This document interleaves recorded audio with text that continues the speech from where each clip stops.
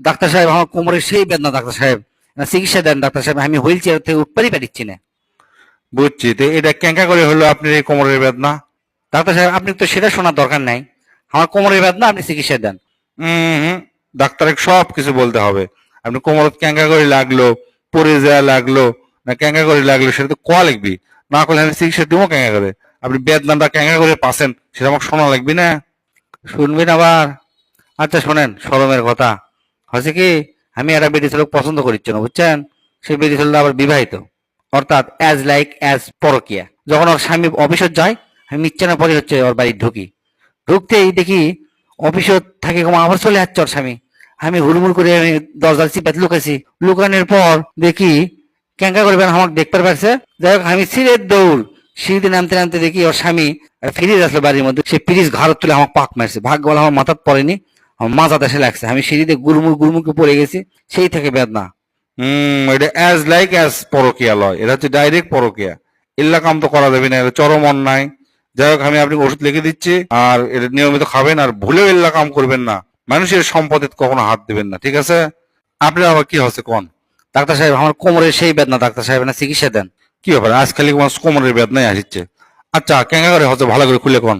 আবার সেটা শুনবেন কৃষক ডাক্তার সাহেব, আমার কোমরের বেদনা হচ্ছে, আপনি চিকিৎসা দেন। ডাক্তার সবকিছু খুলে না করলে কিন্তু হবি না, খুলে কোন।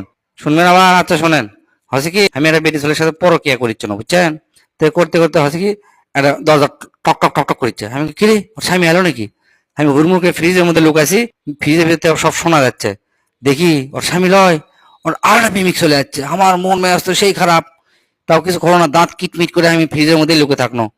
তার মিচ্ছানা পর দেখি ওর স্বামী চলে যাচ্ছে, স্বামী চলে আসার পরে যে দ্বিতীয় যে পরকিয়া, তাই আবার দরজার পিছে লুকাছে, স্বামী তাক দেখতে পারে সেই ধাবার, লাস্টে আমি যে ফ্রিজের মধ্যে লুকে আসলো, ওই ফ্রিজ তুলে করছি কি ওর স্বামী ওই চেনাক সেই পাক মারছে, পাক মারার সাথে সাথে আমি তো মনে করি সিঁড়িতে গুড়মুড়কে পড়ে গেলাম, ফ্রিজের মধ্যেই আসি, সেই মাথার বেদনা ডাক্তার সাহেব, এনা চিকিৎসা দেন। এল্লা করেছেন তাহলে?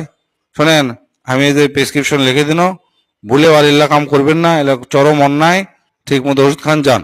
আচ্ছা কন আপনার কি সমস্যা শুনি। ডাক্তার সাহেব আমার সেই মাথার বেদনা ডাক্তার সাহেব। কি ব্যাপার, সব খালি মাথার বেদনা, ঘটনা কি?